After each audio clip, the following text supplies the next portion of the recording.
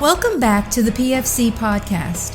The views and opinions you are about to hear are the speakers and do not necessarily reflect those of anyone else. Now on to the podcast. Welcome back to the PFC podcast. This is Dennis, and today I am with Mike. How are you doing tonight?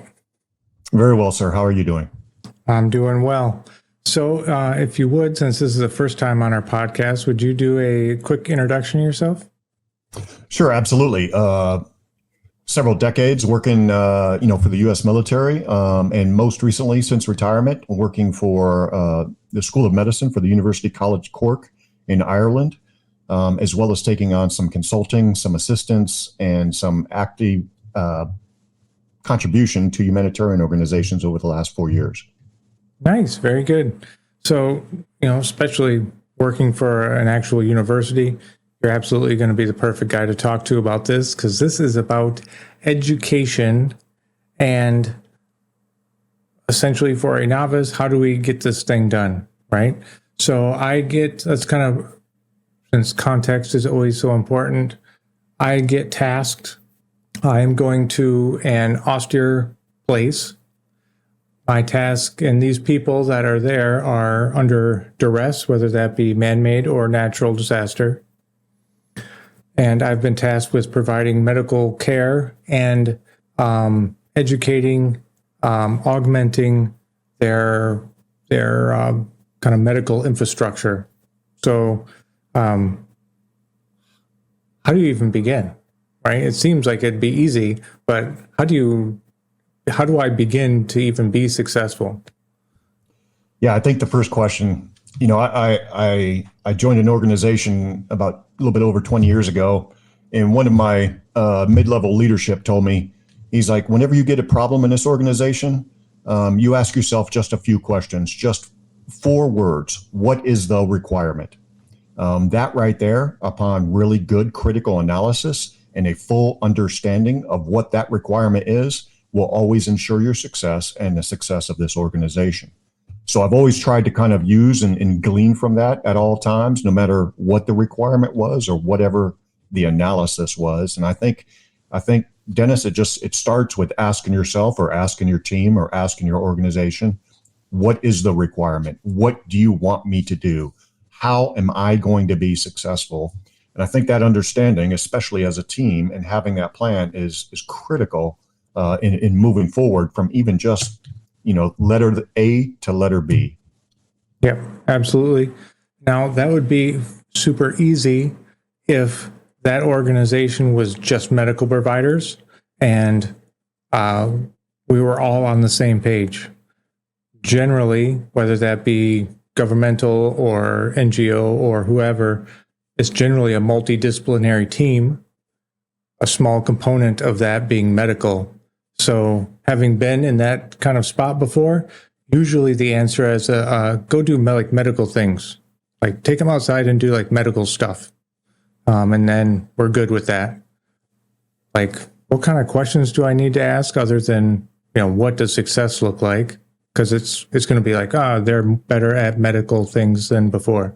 And what does success look like? What other information, what other information do I need to get or ask? Yeah, absolutely. And I think, again, that just comes down to that critical analysis. In my opinion, it begins with just finding a common language, right? And maybe that's with the nation that you're working with. Maybe that's with the operations elements or the chief of staff or whatever the humanitarian organization that you worked with, whether it's civilian or military, host nation and humanitarian. You want to always try to see things as they see them, because that's going to really enrich your understanding from the very beginning. And ask a lot of questions, hey, there are facts, and this is what I define facts are. I'm making an assumption here. We need to turn that assumption into a fact by interaction. Hey, what are my limitations, which are usually those things that, naturally, decrease our freedom of movement or our ability to do things. What can I do? What cannot I do? And then, what do you want me to do, or what do you think you want me to do? And let's validate that request. Let's validate it and make sure you fully understand medically what that means when it comes to money, time, effort, specialty, or whatever the case may be. So yeah, I absolutely agree with you. This is far more complex a question than I would have considered, 20 or 25 years ago. And I hope that's one thing that we can kind of, pass on.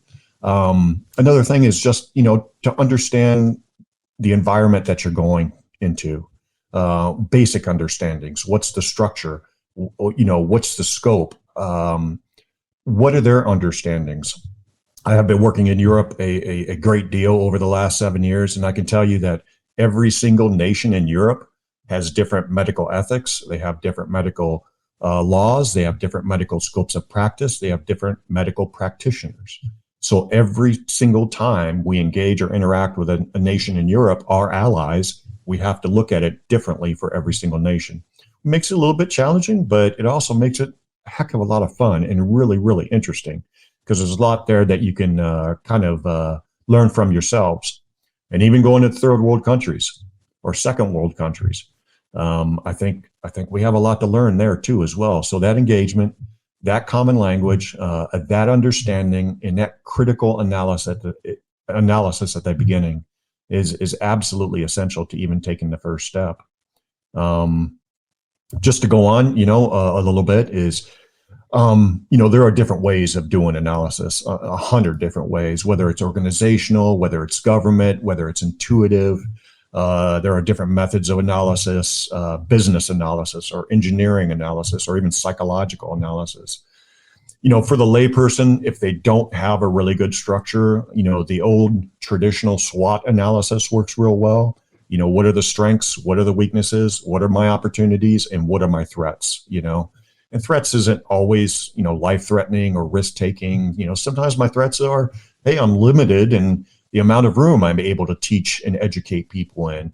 I'm limited in the amount of really high-quality instructors or specialists that I can bring in, the expertise that I can bring in to make an impact. So, that, again, all that task analysis goes into that, and kind of just understanding what the requirement is, using a good process in which to do analysis, and then getting that research done. And that research, again, always starts from big picture, and it just kind of gets to small picture.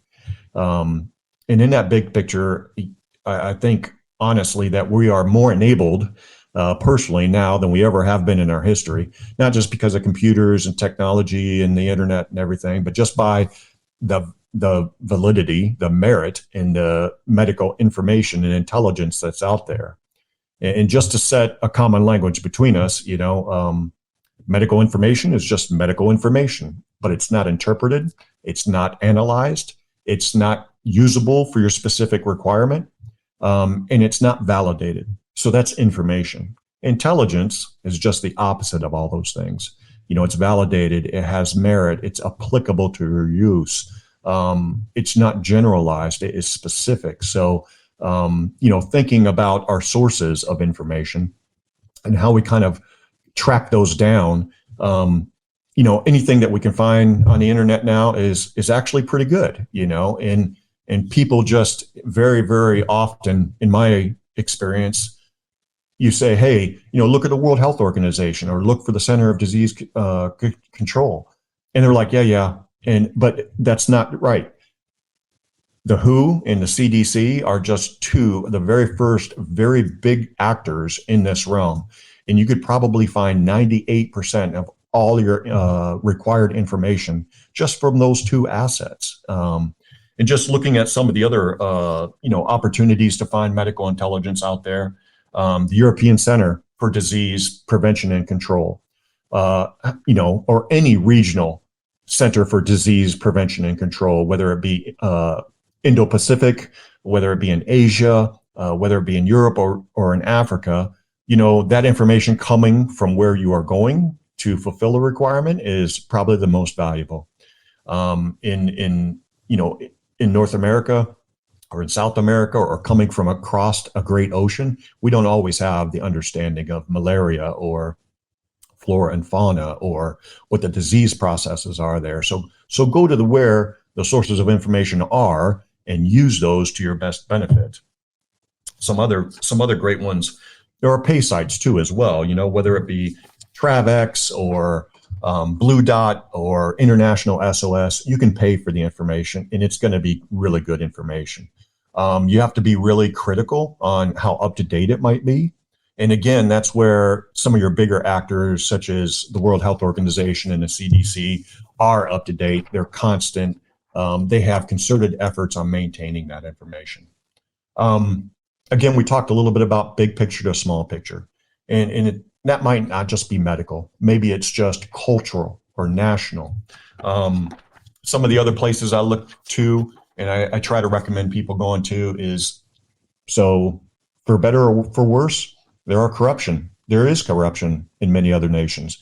And one of the most specific targets for corruption is medical care, because medical care is augmented a great deal from outside their countries or by benefactors or by nonprofits, such as Bill and Melinda Gates, and they're going to take advantage of that. So look at your Transparency of International Corruption Index, and that's kept up always to kind of understand about what your risk, back to that SWOT analysis, is in that respect. How do you understand them globally? Global Edge, now it takes a very business approach, but it does look at every single country culturally, whether it be in finance, whether it be in government, whether it be ethnicity or religion, or just what their national culture is for their area of the world throughout their history. Global Edge will give you some really good perspective on that. So again, it's going from that big picture analysis to small picture analysis. But hopefully those are some really good, very valid and very of high merit sources of information that we can begin with. No, very wise. Just use every resource you possibly can. All that groundwork laid before you actually step onto the ground is definitely going to pay off. One of the things you're mentioning is getting that common ground. Usually these things are arranged at generally a higher level. That could be, some kind of Ministry of Health, something like that, a more governmental, a legal level. How far down the chain do you want to try and get, if that makes any sense? Like, the Minister of Health may say, yes, you can go ahead and do whatever it is I want you to do.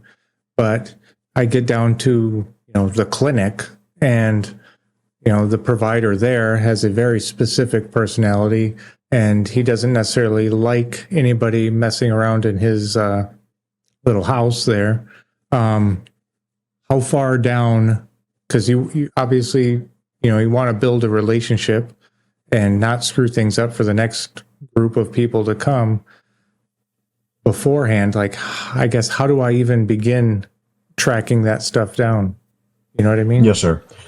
And again, one of the first steps in your analysis is just understanding the environment, and I think a great piece to that is you dovetailed it right in there, Dennis, is friends and partners, right? I think friends and partners are absolutely two different things, and to be critical in that aspect. And when I say be critical, don't be judgmental, but look at it in a very black and white business sense or an executive sense. But you look at friends and partners. Partners are basically those that are working with you. Yeah. Sometimes they're directed to work with you, right? Sometimes it's for advantage and it's for their profit to work with you, right? Sometimes it's political, that they work with you. So keeping that in mind, again, trying to see the world through their eyes and understanding that will give you a great advantage, a very uncommunicated advantage. We talked about partners and friends. Friends are those who will always work with you. They have an altruistic intent. Maybe you've shared past experiences, or maybe you just share the same values and culture, So I think that's a great start point to your question, how far down the line it goes. And whenever I hear a question about that, especially when it comes to mission analysis or task analysis, I always say it depends. Right? That's the lawyer term, right? Hey, can I do this? Well, it depends. I think it's very true for us too. When we do medical task analysis, it depends. How far down the line can I go? It depends. It depends on what your impact is. It depends on what the intent is. It depends on what your scope is. It depends on what their scope is, you know? So again, a lot of very specific critical analysis going on here. But those are some really good points to start with. And in that respect, we spoke a little bit earlier about going from big picture to small picture. But there's a kind of an adage we always use, like 80% of your success is in planning and preparation. 80% of your success is in planning and preparation. Medical, by our culture, by our personality, is 90% of the time reactive. I mean, that's just the way our profession and our community is. Whenever we do something like this, we have to be the total opposite of that, right? We have to look at it, from the operations point of view, from the COO's point of view, and how we do that stuff. We can always certainly fall back on kind of a similar in parallel adage of your 6 Ps, right? Proper prior planning prevents poor performance, and that's a little less colorful than the 7 Ps, but it is really critical here, you know? And you're just asking yourself your basic questions. Again, going back to that, what is the requirement? You know, what do I know? What do I think I know? What do I need to know? What do I really know? Asking yourself those questions and being honest with yourself that there are things that you're not going to understand. Again, a principle: assessment. Whether before you start the training or before you go to a country or before you provide disaster relief, 80% of your success is in preparation and planning, and that's the assessment piece, right? And even during the assessment piece, you can look, hey, how do I set the conditions for my success when we get there? What can I do now to make me more successful later? Whether that's reaching out to people digitally or on LinkedIn, or whether it's doing that internet searches and understanding just exactly, getting a better understanding of the environment and the structure. I've seen some pretty creative things on this. I won't lie to you. I worked with a corporation for a little bit, and as I said, there are some really capable medical intelligence corporations out there. And I worked for one just a little bit after I retired, and I had analysts, medical information analysts, who worked for me. And I was quite impressed, to be quite honest with you, because especially when we were looking at resource-limited environments, humanitarian or disaster environments, or even just the most austere third world environments, or those failed nations such as Somalia, they would rely on the health or the World Health Organization, those young analysts, but then they take it a step further, right? They look at a facility that's within proximity of where we're doing our work, and then they start to go to the departments. And then from the departments, they would go to the doctors. And then from the doctors, they would go to the social media. What's the social media impact, and what's the feedback on this doctor or on this office or on this bureaucracy? And it really gave us some great insight on how to understand the environment before we even got there. And that was something I never would have had the imagination or the understanding and the use of technology and social media to appreciate in order to execute that. So they taught me a great bit there, but it was just another opportunity that you can take advantage of in this day and age, on to better set yourself up for success later. Yeah, absolutely. Because as much as governmental organizations have the most access to at least their own countries, generally there's going to be some kind of spin. And just like social media, there's going to be a spin. So everything you have to take in with a grain of salt. However, if the tide is generally going one direction universally, it's like, I think things are going this way, versus what, maybe the face somebody's trying to put on what's actually going on, Absolutely. Yeah. And as well as I do throughout your travels and your work, body language, yep, cultural interpretation, all of those things come into play. And again, you and I live in North America, and we're protected by these two great oceans, which also isolates us from the rest of the world. And having a fuller understanding of that from, say, someone who lived in Switzerland Yeah, we're disabled in that respect, and we have to understand that disability and try to see that as a risk and try to enable that and grow above and well beyond it, sir. Yep, absolutely. So going beyond my, mission analysis, okay, now I've kind of formulated a plan, okay? Fully knowing that as soon as you hit the ground, your plan is probably going to be wrong, but at least we have a general direction. How am I going to be best successful, getting these students of whatever level they're going to be doing whatever we're going to be doing. An example, in the military, I receive students, I can yell at them, I can do essentially whatever I'd like, and they have absolutely no choice but to sit there and smile. However, you're invited into another country, you're given a group of students with a certain outcome, that tactic probably is not going to work that well, right?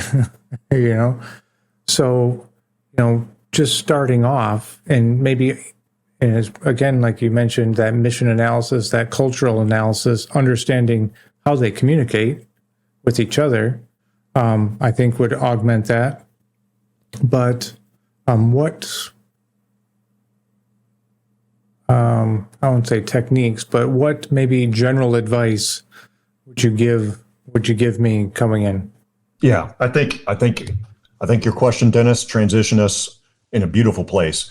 We've spoken about principles up to this point, but now we're going to start talking about process, and how do I execute this plan? How do I execute the process of fulfilling this requirement? And I think, I think the first off is just enabling yourself, making sure that you have the right specialties to meet the requirement that you have, right? Perfecting the basics, at the end of the day, being able to stop bleeding is far more important than understanding ABGs, right? So I think being able to perfect those basics for that requirement is really important. And that even goes to knowledge, and just to step back and use an old quote, knowledge is as education, but wisdom is experience. But you have to start with that knowledge. I think a basic understanding of Bloom's taxonomy is a prerequisite for any educational effort, no matter if it's reactive or proactive. And I think just understanding that concept in human interaction and human growth is really critical. For me, I'm kind of a caveman, so I try to keep it real simple. And very often, me and my colleagues at the university will learn or will use Jane Vella.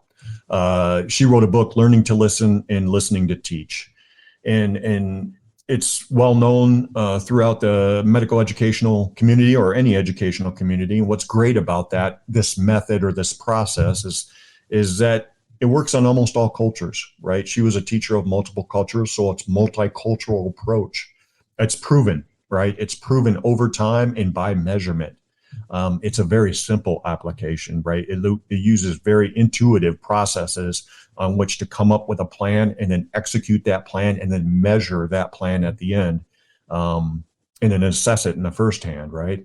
The last great thing about the ADDIE technique or by Jane Vella is it's focused on the learner, not the teacher. And very, very often, even in the Ivy League schools of, the United States or across the world, very often it comes down to the professor or the instructor instead of the student. And this technique really looks at the student and what they want, what they need, and how they're going to get it. And again, like I said, very intuitive. It's basically, the first 8 steps start with your 5 W's, right? It's who, right? Who am I teaching? How many of them are there? What's their profile, religious, ethnic, cultural? What do they already know? Am I teaching nurses or am I teaching medics or paramedics? If I'm teaching nurses, so what? So what does that mean to me? Are nurses in every country equal? They're not. It's absolutely the truth. So you need to understand that dynamic, right? What do they want to know versus what do they need to know? You spoke of kind of a hierarchy of medical engagement and education execution. A lot of people, to include ministries of health, think they want something, but do you really need that? Let us validate that requirement for you. Do you have this? Are you going to be able to sustain this? Or, what type of logistics do you have to support that? If you don't have all those prerequisites, then you're pursuing this in vain, right? So understanding what they think they want versus what they actually need and being able to validate that is really critical in that step one of who, right? And again, I said before, assessment. It's all about assessment, and that engagement with the who of the ADDIE technique or Jane Vella is where you get that assessment. Again, back to the 5 W's. Why? Why is this training called for, right? Why do they want it? Why are we giving up our time or our money, our budget, the people who contribute to our organization? Why are we giving it to them? So understanding that, again, goes to a really important aspect of any plan, and that's purpose, right? The purpose for the student and the purpose for the instructor. Purpose is what gives us our initiative. It's what gives us our synergy. It's what gives us, our reason for being there. So that kind of all falls into the why piece in this process. When? What time of day are they training? What days are they training? How many tea breaks do they have to take in a single day? It's usually at least 2, especially for the colonial nations, or those that have evolved out of colonial status. Length of sessions. How long can they work without taking a break? How much attention span do they have for a hands-on? How much attention span do they have for a didactic? And you might get that from people who are already there in country, humanitarians, government officials. A great resource is college students that are exchange students or medical students in each country.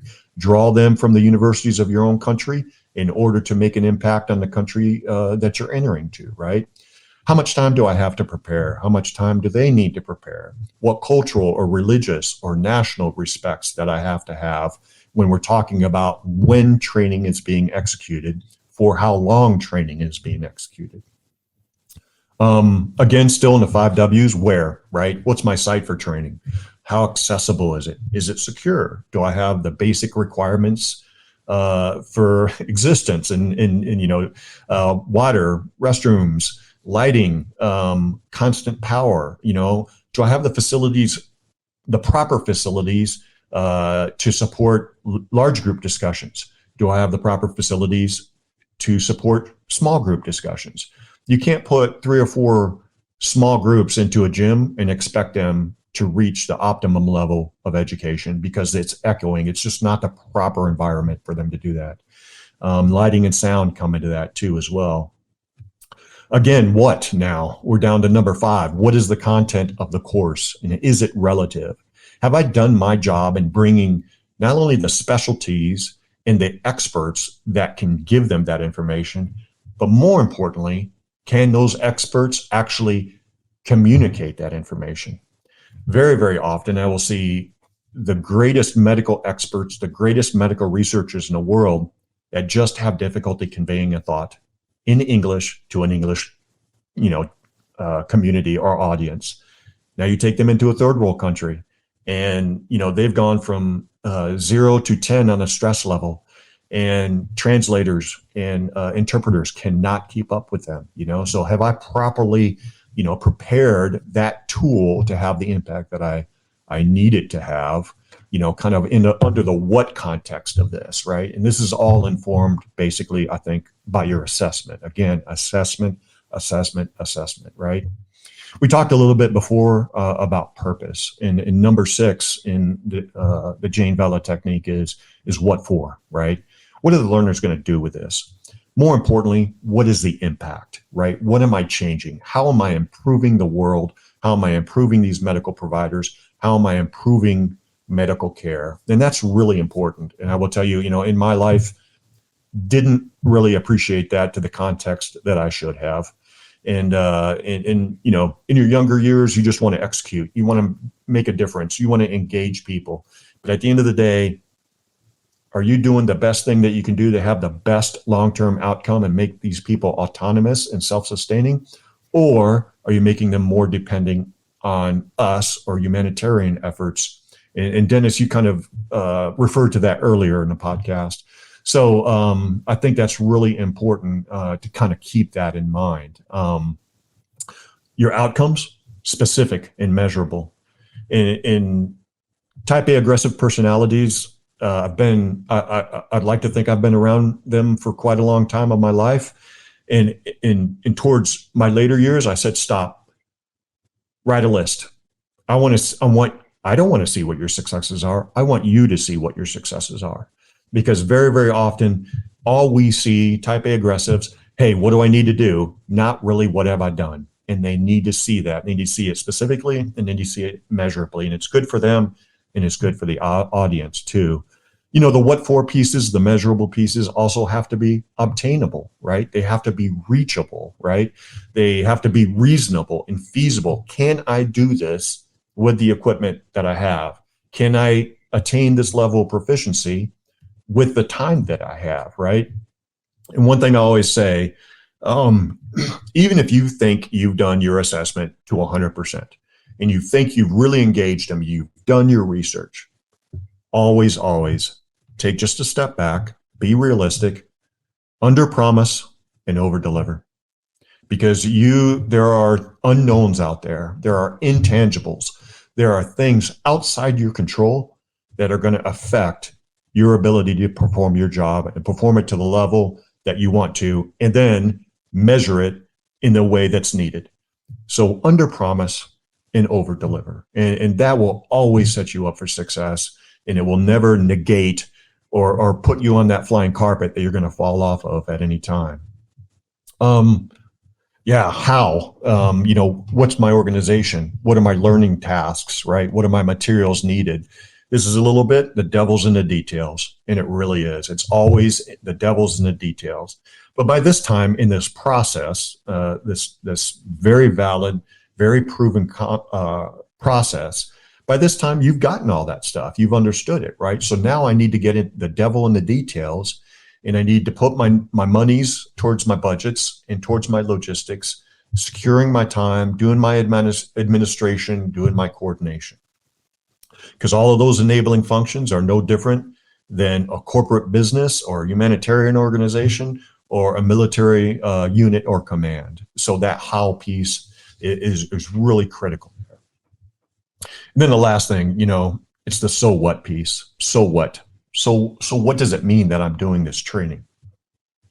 What's my learning? What's my transfer? What's my impact, right? Why measure it?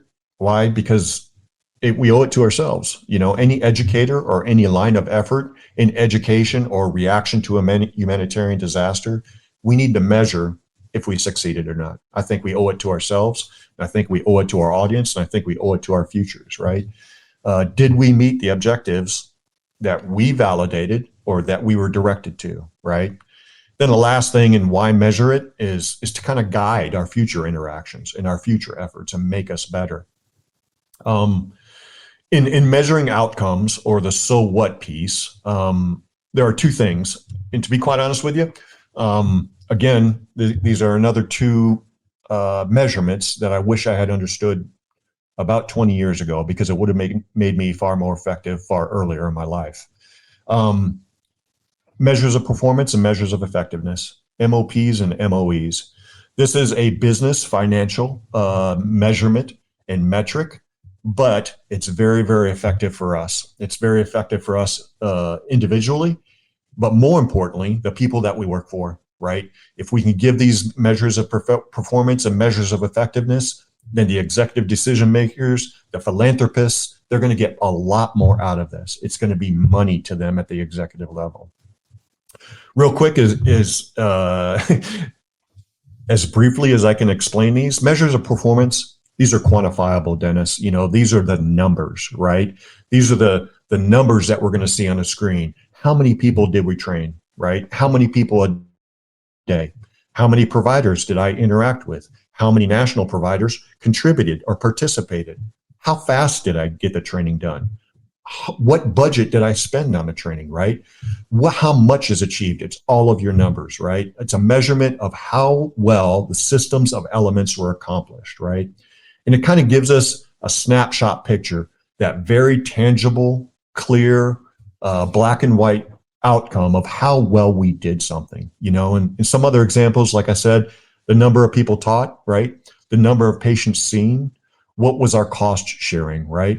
How many villages may have we participated, contributed to, visited, engaged? How many groups or how many actors were involved in planning, whether it be local government, local health officials, local police, non-governmental organizations? What agencies or political agencies or governmental agencies, right, not only participated, but more importantly, remained until completion of the event, right? That proves their contribution and their stewardship, and their investment as well. So again, it goes back to percentages and numbers, and actually quantifiable numbers when we're talking about measures of performance. The second piece, not so clear, not so measurable, but just as important, are measures of effectiveness, or MOEs, right? This is a measure of impact, or an impact assessment within a certain context, right? And here, no matter what language it is, we're using adverbs and adjectives to kind of describe what our measure of effectiveness is. And measures of effectiveness are not always immediate, right? We can't always find those at the end of a trip into a nation, at the end of a relief and disaster mission, or at the end of a military engagement, right? Maybe it comes with time and perspective and feedback, right? Again, going back to adverbs and adjectives, right? How do we do the right things? Again, what nation health systems were enhanced, not how many. What national providers gained access to their population, and how did we enable that to continue in the future, right? What medical infrastructure did we have impact on, okay? And some of these, again, I said this is a measurement within context or criteria, right? So let's just talk about medical, right? If we're talking about medical graduates or medical students, they share knowledges with their villages, because we know in third world countries are real difficult types of environments. You're going to want to take those medical students, expose them to their own nation, and then have them invest in their own nation and kind of understand their nation. So how do those graduates share knowledge or invest in their own villages and nations, right? How do the villagers continue to access the care through their own Ministry of Health of their nation, right? Another context might be information operations or public affairs messages. What type of positive message was delivered to the population, right? Did we ensure that there were no negative or adverse effects? And if there were, how do we mitigate those, or how do we solve those, right? Access, a great problem, even in the United States. It's a clear issue in places like Alaska or Texas, and that's access to medical care, right? How does access to medical care, how did we obtain access, medical access, into the areas of interest that we were supporting, right? How do we have medical infrastructure engage the most local politicians or village leadership, right? All politics is local. So how did we enhance that? How do we ensure the engagement? How did we assist in that continuing through time? So, again, just going back to process a little bit as we talked, principles prior and going into process. Again, there are many processes of teaching, many process of educational impact. But we very often use Jane Vella's learning to listen, learning to teach. And again, those 8 steps in her process probably, I would argue, give you an 85% to 95% guarantee of success. And to me, that's a pretty effective process. So in just kind of expanded a little bit with measures of performance and measures of effectiveness, because at the end of the day, the world's shrinking. Communities are integrating. Geopolitics, whether we like that they impact medical care or that we don't like that they impact medical care, they impact medical care. That's just a truth. That's a fact. So all the communities, we're starting to see them engage a lot more. If you go to an OCHO meeting for the World Health Organization, you will literally see government representatives and uniformed military officers in there from other nations, because there's no choice anymore. That's just the reality of the world. So understanding, maybe appreciating more of the big picture, I think will help those that are doing the person-to-person engagement in making pain go away and teaching other people to make pain go away. Will enable them a great deal more. No, it's always wise. I think that's a really great plan. Just from having been teaching people for quite a while, maybe at a much smaller level, check your ego at the door. Like, do not bring that classic American, like, thank God I'm here, right? Yeah, yes, sir. And don't worry, I'm here. Yeah, everything's fine. Yeah, the Americans are here. Oh, yes, by sir. the way, here, I'm going to buy you a CAT scan. Check your ego at the door. It's assumed if you're going to be teaching, somebody picked you. The students are going to assume that you probably know more about whatever it is you're going to say than they do. It's okay. Just deliver the information so that it's the student that matters, And when I started teaching, I learned this lesson over time because in my youth, I was a bit more angry. And so I essentially gave people, 2 barrels to the face until I finally realized it has nothing to do with me, it has everything to do with the student. Those people they're here because they want to do something, right? Give them the information that they need. Give them the experience, your lessons learned, give it to them so that they don't have to go through the same pain. Agreed, 100%. And I think that daily interaction, hey, are you happy with what you got today? Is there anything, that immediate feedback, right? That assessment, that continuing assessment. What do you need tomorrow? Is there anything you didn't understand? What do I need to better understand you? It's just going to give you that continual climb in effectiveness. Even if you've done everything prior to that absolutely correctly, that continued interaction, that communication, that courtesy, that respect. I agree with you. Too often, First Worlders or Americans in particular have this, savior complex that does nothing but just absolutely takes away from them. And it's actually, I think, quite healthy for us to go into some areas and be humbled because I think we need to be humbled.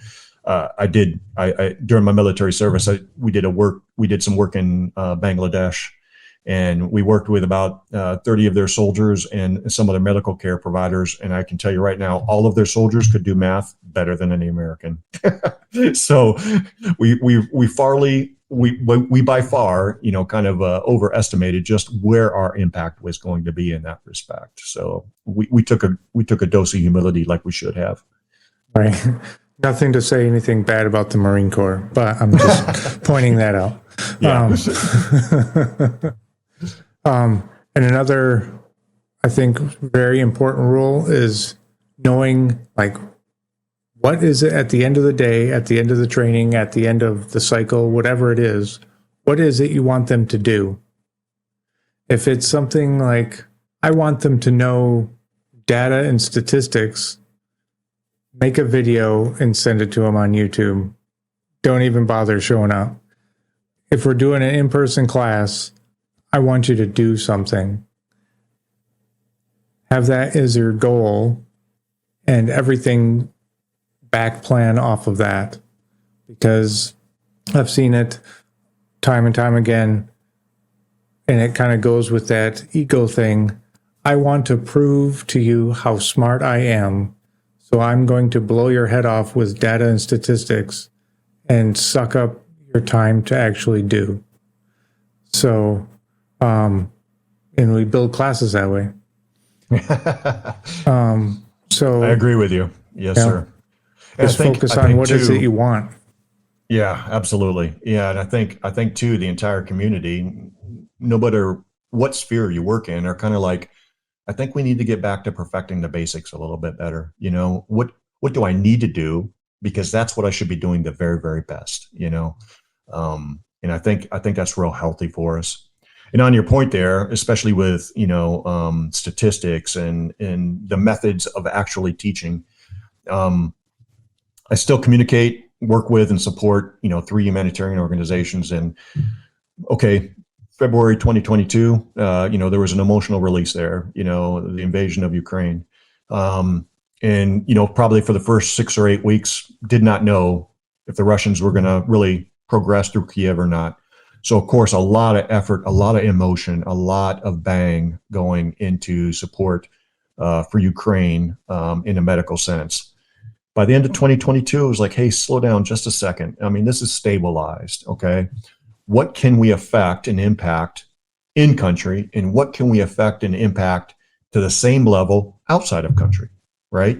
Whether it be virtual, whether it be data sharing, whether it be literature sharing, whether it be train to trainer, we had the ability to do it now outside of the country. So why put people at harm? Why put undue administrative requirements on the Ukrainian government and the Ministry of Health? Why do all that unless we absolutely have to? Again, assessment, and assessment. Yep, absolutely. And that perfect example, the invasion of Ukraine, something happened. You're on the ground. Everything was going to plan. And then something happens. And now my goal, they've shifted the goalpost on me, right? Either I gave you 3 weeks and now I give you 1. Or, we had this much money and now we have this much money. Or, whatever the example is, there's a new danger out there. I have to shift fire. How can I do this in an efficient way to still get them what they want?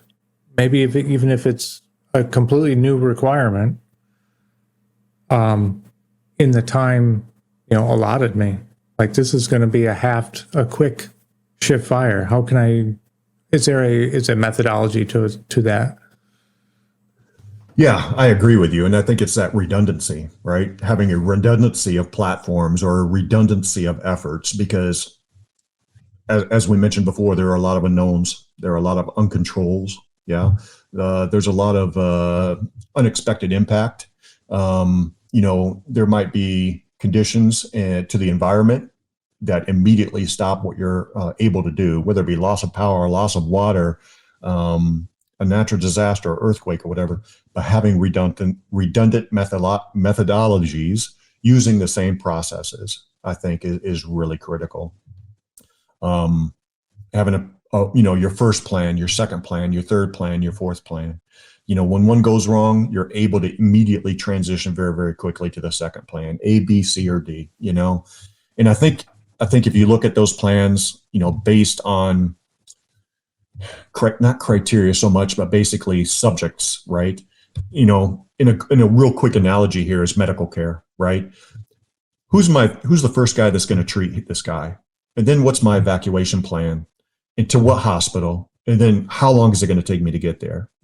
If you put that in line 1, line 2, line 3, and line 4, you don't really have just 4 plans there. If you took each one of those subjects, each one of those 4 subjects with 4 lines, you've got basically 32 or more options there. It's a matrix of options instead of linear plans, And I think if you look at it that way, Dennis, just as you alluded to, it's going to give you a lot more flexibility. And no matter how much the conditions change, you've got an answer for it, right? You've got a solution to that problem. And you will get, and that flexibility in thinking and flexibility in execution, I think that's one thing where I think we have strengths in, and I like to I'd like to hope that all of the younger medical officers and medical operations executives, hospital administrators are thinking in those senses, because with a multi-domain, multi-dimensional risks that come nowadays in our world due to technology, we have no other choice. Yep, absolutely. As we're closing things up, is there any last minute piece of advice for me going downrange? Yeah, I just real quick threw some closing remarks here, and I think sure. I think I'm just gonna, if it's worth repeating, there's a reason for that. Assessment. I'd never assume anything, right? Ask yourself those 4 words. What is the requirement? And be analytical on whether it's real or not and how you have to do that, right? Think about under-promising and over-delivering, and I think that will always keep you out of trouble a great deal, especially when it comes to perspective and perception. Planning, 80% of your success is in planning and preparation. And planning has a lot of inherent benefit to it, in my opinion, especially for a manager of people, for people themselves, or for leadership. If you're in a situation in a bad place, for an example, right? I have been in a situation where I was in a bad place, and when I arrived, the information was not as we had been told. Our support was not as we had been told, and the schedule was not as we had been told. And in this specific instance, we were able to say no. We said, no, we're stopping right now. We're analyzing and we're making our own plan. Give us 24 hours and we'll give you a go or no go. As a team, to include the leadership that were outside the country, we evaluated the situation. We obtained all the necessary information, and we all made a plan that we agreed and contributed to. And then we did it. And I think having that purpose, having that stewardship, having that investment is how you accomplish good things in really, really difficult places. Planning gives you understanding. Planning gives you confidence. Planning gives you comfort.